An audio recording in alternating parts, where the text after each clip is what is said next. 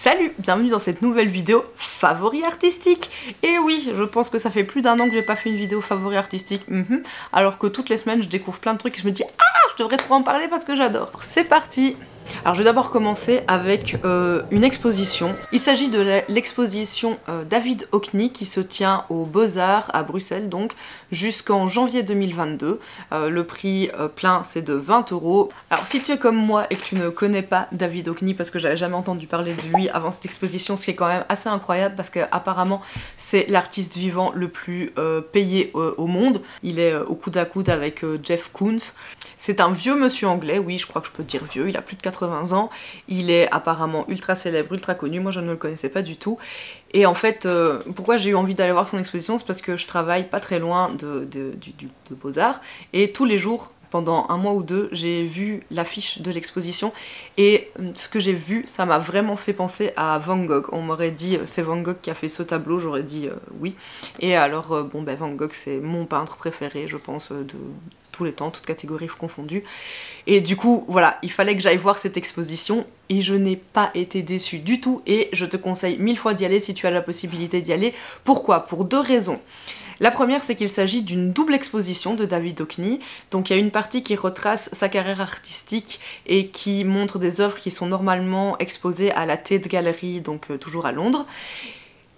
Et ce pourquoi j'étais le plus intéressée finalement, c'est que pendant le premier confinement, donc au printemps 2020, il est venu en Normandie et il a, avec l'iPad, donc en digital, croqué, je vais dire croqué parce que ce sont des speed paintings, il a croqué vraiment le printemps et comment les arbres évoluent au printemps, d'arbres nus à full arbre en été quoi.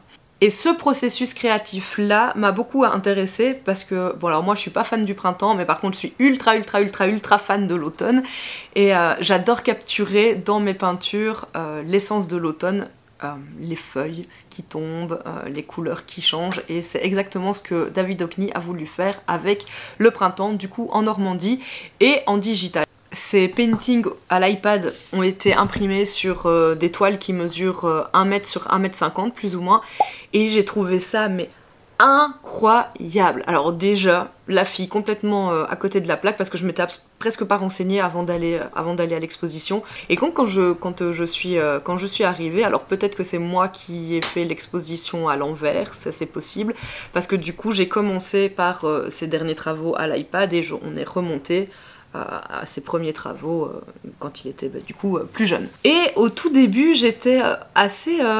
me suis dit waouh, franchement c'est bien fait hein, on dirait quand même des peintures digitales hein. Et je disais à mon copain, je disais regarde hein, ça, il y a plein de gens qui le font en digital, regarde on dirait du digital, ça ressemble à du digital. Et je dis lui il fait ça sur une toile et tout complètement à côté de la plaque la fille. Oui c'est du digital et c'était des prints. Je pense qu'il m'a fallu la moitié de l'exposition de ces tableaux là pour me rendre compte que c'était effectivement des prints et pas de la peinture. Je cherchais dans ma tête comment il avait pu réussir à rendre ce côté digital en tableau, mais c'est juste du digital qu'on a imprimé sur des toiles en grand format et j'ai trouvé ça incroyable de voir ces tableaux qui du coup sont presque pas détaillés. Il a travaillé avec des formes, des brushes, il y a peu de blending, c'est très brut, c'est posé là, c'est un croquis digital en fait.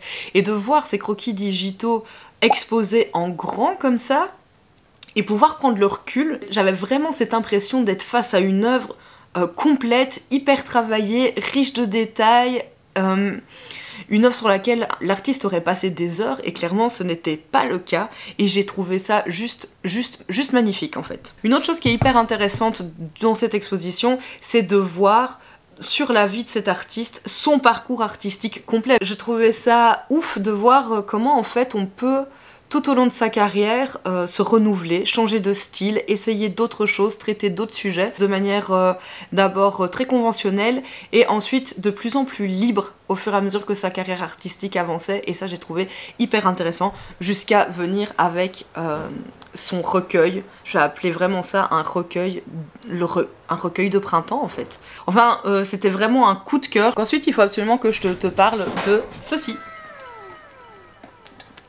Alors qu'est-ce que c'est, tu me diras? Oh, peut-être que tu sais, moi je ne savais pas du tout. C'est une cousette, c'est hyper connu si tu fais de la couture, c'est pour ranger tout simplement son matériel de couture. J'ai trouvé en seconde main chez Troc, ça vient normalement avec une anse et des pieds, un trépied pour pouvoir être posé. Pourquoi je te parle d'une cousette dans mes favoris artistiques? Je l'utilise pour ranger mon matériel de dessin. Quand on adore dessiner et peindre, on peut vite se retrouver avec énormément de matériel parce qu'on a envie de... Enfin, moi j'ai envie de tout tester et de tester aussi différentes gammes, différentes marques, et ça peut être parfois difficile de tout stocker, surtout quand on est en appartement. Cette cousette, c'est vraiment le bon plan pour moi. Je l'ai nettoyée, je l'ai un petit peu poncée, je l'ai repeinte pour avoir des couleurs qui matchent avec mon intérieur et que j'aime bien, et je la laisse sur la bibliothèque qui est derrière moi. Et c'est un objet de, finalement c'est un objet de déco qui est assez joli, et alors c'est hyper pratique. On a tout d'abord au premier étage deux couvercles qui s'ouvrent comme ça, et ensuite ça s'ouvre hop en se dépliant, et on a du coup différents étages. C'est un de mes coups de cœur artistiques du moment, c'est cette petite cousette qui me permet de ranger mon matériel facilement et surtout d'y accéder facilement. Ensuite, j'avais également envie de te parler de ceci. Alors ça, qu'est-ce que c'est? C'est un chevalet de table. Ils appelaient ça chevalet d'exposition. Genre, je suis hyper connue, je fais des expositions, je pose mes œuvres, regardez. Non, pas du tout. Moi, je l'utilise en tant que chevalet de table. Depuis cet été, j'ai repris la peinture sur toile à l'acrylique. J'aime peindre en vrai et dessiner en vrai plus que ce que je n'aime le faire en digital parce que les sensations ne sont pas les mêmes, et j'avais que un chevalet tout à fait classique que j'ai depuis Perpète-les-Bains. Je l'ai reçu en anniversaire quand j'avais je sais pas 10 ou 12 ans, et alors surtout c'est mansardé chez moi et du coup le dessus du chevalet hein, ça tapait tout le temps soit dans les poutres soit dans le plafond, enfin bref c'était hyper chiant. Et je suis tombée sur ce petit chevalet de table qui a vachement réglé mon problème et qui me permet de travailler assise sur mon bureau. Je peux choisir la position de la toile plus ou moins droite. Alors celui que j'ai acheté, c'est un chevalet de table de la marque Mabef, c'est une marque italienne, je l'ai payé une 50aine d'euros et c'est le modèle MI34. De toute façon, je te mettrai comme d'hab tous les liens de ce dont je te parle dans la barre d'infos, etc. Comme ça, tu pourras retrouver ce petit chevalet de table s'il t'intéresse. Moi, je le trouve hyper pratique. Bon, ensuite, donc je ne pouvais pas faire cette vidéo favori artistique sans te parler de ceci, ma boîte de crayons aquarellables Caran d'Ache. Je sais, j'en ai déjà parlé dans une autre vidéo. Si tu le sais, c'est bien, c'est que tu suis, bravo, je t'aime. Il y en a une quarantaine, ben 40. Et alors ça a changé littéralement ma vie. Donc ça se présente en deux plateaux comme ceci. Ça me permet de dessiner, mais beaucoup plus qu'avant. J'ai déjà dit plusieurs fois, mais je suis pas quelqu'un qui était habitué à beaucoup dessiner, et je me rends compte que si je veux améliorer mes peintures, je dois apprendre à dessiner, je dois apprendre à avoir un langage visuel à moi, à être à l'aise avec le dessin pour construire mes tableaux. Et ça a vraiment changé ma vie en termes de nombre de dessins que je fais. Ça se présente comme ceci, ce sont tout simplement des crayons avec lesquels on peut dessiner, mais qu'on peut également diluer à l'eau, puisque ce sont des crayons aquarellables comme leur nom l'indique. Ce que j'aime beaucoup, c'est qu'on peut avoir différents rendus, de quelque chose de très léger et aquarelle à cette matière plus rough, plus granuleuse, plus franche du crayon quoi. Je pense que pour les gens qui ont du mal à dessiner parce qu'ils préfèrent peindre, ça peut être une bonne alternative parce que on peut commencer avec un croquis, avec un dessin, ensuite on peut venir avec de l'eau avoir cet effet plus peinture, et ensuite on peut retravailler par-dessus avec de nouveau le crayon. Pour ça je conseille d'avoir quand même du bon papier, du papier un peu épais aquarellable, parce que sinon ça va être la catastrophe. Ensuite, je voudrais te parler de deux chaînes YouTube. La première, c'est une chaîne d'histoire de l'art qui s'appelle Art History School. C'est présenté par le professeur Paul Priestley, qui est également artiste. Il parle d'histoire de l'art, sa série La vie d'un artiste, dans laquelle, sur un format quand même relativement court, entre 15 et 20 minutes en général, il nous parle de la vie et de l'œuvre d'un artiste en particulier. J'avais adoré notamment sa vidéo sur la vie de Hilma af Klint, qui est une peintre avant-gardiste hyper intéressant. Moi je trouve ça hyper fascinant d'en apprendre plus sur l'œuvre des artistes bien sûr, mais aussi leur vie, leur façon de voir le monde, ce qui leur est arrivé. Par exemple dans la vidéo sur Ilma Afklimt, il nous explique qu'il a perdu sa mère je crois, et ben, ça a été un choc forcément émotionnel pour elle. Et elle n'a plus peint, elle n'a plus dessiné, elle n'a plus créé pendant 2 ou 3 ans si mes souvenirs sont bons. Et clairement j'aime beaucoup avoir ce genre de détails et ce genre d'informations, parce que je trouve que ça permet de prendre du recul par rapport à sa propre pratique artistique, par rapport à sa propre vie et par rapport à sa propre temporalité en fait. Donc je te conseille vraiment cette chaîne History Art, non, Art School, non. Bon bref, une chaîne d'histoire de l'art. Ensuite, la seconde chaîne YouTube dont j'ai envie de te parler, et alors là, c'est une énorme pépite. Il s'agit de la chaîne YouTube qui se nomme Alt236. Franchement, arrête cette vidéo et va regarder toutes les vidéos de cette chaîne, les liens sont dans la barre d'infos. Alt236, c'est une chaîne YouTube qui s'intéresse à l'imaginaire et au monde de l'imaginaire. Et la personne qui est derrière cette chaîne YouTube, j'ai complètement oublié son nom, il fait un travail mais de ouf, un travail monstrueux. Il a plusieurs séries que j'adore sur sa chaîne. D'abord, il y a la série Mythologics, c'est avec cette série-là que j'ai découvert sa chaîne. Et il fait un travail de fou. En fait, il se plonge dans un monde de l'imaginaire ou dans une thématique de l'imaginaire. Il sort plus ou moins une vidéo par mois, mais bon, c'est normal parce que ces vidéos sont souvent très longues, et alors elles sont surtout hyper bien travaillées, elles sont léchées, elles sont recherchées. Il plonge dans un univers, donc il a fait Magic the Gathering. Ah oui, ça j'ai adoré, ça durait 1h43, mais il a parlé de la fondation SCP. Je n'avais aucune idée de ce que c'était, ni de son existence, et c'était mais juste waouh. Ça nous plonge vraiment dans des mondes parallèles, dans des mondes dans les mondes imaginaires parallèles, et il nous embarque vraiment avec lui. Il a une narration mais qui est magnifique. Il a une vidéo sur le syndrome de la page blanche, je la mettrai aussi, enfin de toute façon tous les liens seront dans la barre d'infos, mais c'est narré, c'est hyper bien raconté, il maîtrise la langue française, il maîtrise le rythme, il fait également du sound design, et donc lui il nous parle mais il n'est pas face cam, il raconte vraiment son sujet sur fond de musique et sur fond d'images qui vont avec le sujet. C'est pour l'imaginaire, c'est vraiment une pépite. Pour avoir des idées de dessins, de tableaux, de concept art, franchement il faut binge-watcher cette chaîne parce que c'est juste incroyable. Ces vidéos c'est juste une merveille, c'est un bonheur. Les 2 heures, on les voit pas passer, on est pris dedans et on en ressort vraiment grandi. Je conseille vivement d'aller regarder les vidéos de Alt236. Ensuite, on s'approche de la fin, c'est Soul. Alors là, j'ai pleuré en regardant ce film. À la fin de ce film, tellement c'est...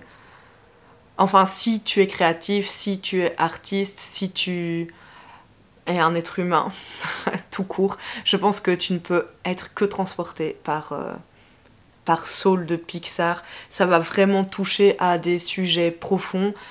Ben, ça parle du sens de la vie en fait, et de pourquoi on est sur Terre, quelle est notre mission de vie, et j'ai adoré la manière dont ils ont traité le sujet, parce qu'on met en opposition donc 2 personnes dans Soul, le héros, enfin 2 héros du coup, mais le héros qui est Jasmine, j'ai complètement oublié son nom, je l'ai vu il y a un petit moment, mais qui est Jasmine et qui ne vit que pour le jazz, et alors il est un peu comme beaucoup d'artistes hein, qui sont un peu malheureux dans leur vie parce qu'ils sont passionnés de leur art mais ils n'en vivent pas. Voilà, il est malheureux parce qu'il n'est que prof de musique et il n'est pas jazzman célèbre, il fait pas des concerts tous les jours, et ça lui pèse parce que lui, sa vie, lui il est persuadé qu'il est venu sur Terre, que sa mission de vie c'est d'être un jazzman et qu'il ne pourra être heureux que là. Et on lui oppose cette petite âme, l'âme numéro 22 si je dis pas de bêtises, qui elle n'a jamais quitté le monde des âmes. Elle a jamais voulu s'incarner sur Terre parce que elle, y a rien qui l'intéresse, elle est bien au monde des âmes, elle a pas de vocation, elle a pas de passion, il y a absolument rien qu'elle a envie de venir faire sur Terre, et d'ailleurs ça l'intéresse mais mais pas du tout, la terre, bah, elle a pas envie. Par un jeu de quiproquo, blablabla, notre Jasmine et 22 se retrouvent obligés à coopérer de tous les deux. Et alors s'installe un dialogue et cette dualité entre ces deux personnages où notre Jasmine veut absolument convaincre 22 que si, elle a une mission de vie, elle doit venir faire quelque chose sur Terre et que bah, pour lui c'est le jazz, donc il va lui transmettre son amour du jazz et peut-être que ça va l'aider à trouver sa mission de vie à elle. Et 22, elle en a absolument rien à faire, alors là, la Terre, la vie, il n'y a rien qui l'intéresse. Elle a ce regard un peu critique quoi sur la vie du jazzman qui ne vit que pour sa musique. Et finalement, c'est en faisant l'expérience de la vie humaine que 22 apprend à apprécier la vie, qu'elle se rend compte qu'il n'y a peut-être pas de vocation, qu'il n'y a peut-être pas de passion, que c'est peut-être même pas une bonne chose en fait de vivre pour une passion, pour une vocation et de tout donner parce que ça peut nous rendre extrêmement malheureux alors qu'il y a tous les jours le soleil qui se lève et il y a tous les jours des gens qu'on peut rencontrer dans la vie, il y a tous les jours des expériences anodines et banales et des expériences du quotidien qu'on peut faire et desquelles on peut ressortir une joie assez grande et une gratitude assez grande sur le fait d'être en vie, qu'on ait une vocation ou pas et qu'on devienne jazzman célèbre ou pas. Enfin, franchement, c'est une pépite. Soul, on rit, on pleure, on rit, on pleure et à la fin, on est content d'être en vie. J'espère que je t'aurais donné envie de voir Soul. C'est vraiment, pour moi, c'est un chef-d'œuvre. C'est une pépite. C'est le meilleur Pixar. Cherche pas, c'est le meilleur Pixar. Et je pèse mes mots, hein, parce qu'il y en a plein, des Pixar que j'adore. Et enfin, je voulais te parler du coup de musique, hein, puisque j'essaye d'élargir mes horizons musicaux. C'est pas gagné, hein, toujours, hein, parce que souvent j'aime rien. Souvent j'aime rien. Mais là, je sais même plus comment je suis tombée là-dessus. Mais alors c'est génial. Bon, c'est un peu perché. Peut-être que tu connais ou pas. Ça s'appelle Plantasia. C'est génial. C'est hyper psychédélique. Ça a été créé dans les années 70, je pense, par More Garson. Plantasia, donc c'est un album d'une trentaine ou quarantaine de minutes. Donc c'est de la musique électronique, hein, les synthés là, des années 70-80, on est en plein dedans. Et en fait ça a été composé, c'est une musique qui se veut, comme son nom l'indique, pour les plantes, qui est bonne pour faire grandir les plantes et pour que les plantes restent en bonne santé. Alors je sais pas si ça fonctionne sur les plantes, en tout cas ça fonctionne sur moi. J'aime beaucoup mettre ça pour dessiner et je trouve que cette musique, elle est hyper visuelle en fait. Quand je l'écoute et que je ferme les yeux et que je m'imagine être une plante, oh ça va, hein, bon, hein, on passe son temps comme on peut. Ah c'est hyper imagé. Franchement, t'écoutes, tu fermes les yeux, t'as l'impression d'être une plante et t'as envie de faire pousser tes feuilles et de sauter un peu partout avec Plantasia. Ça m'apporte beaucoup de joie, il y a des musiques qui me font rire, ça fait voyager mon esprit et mon imagination, je l'écoute souvent. Ça dure une trentaine ou une quarantaine de minutes, ça va vite, c'est une bonne session de dessin et quand t'as fini Plantasia, t'as fini ton dessin. Franchement, c'est très cool. Bah, va écouter ça et dis-moi ce que t'en penses en commentaire. On arrive à la fin de cette vidéo. Je te remercie d'être resté jusque là. N'hésite pas, comme d'habitude, si ça t'a plu, à liker, à t'abonner, à commenter, à partager la vidéo également. Et je te fais plein de bisous et je te dis salut, à la prochaine. Bye.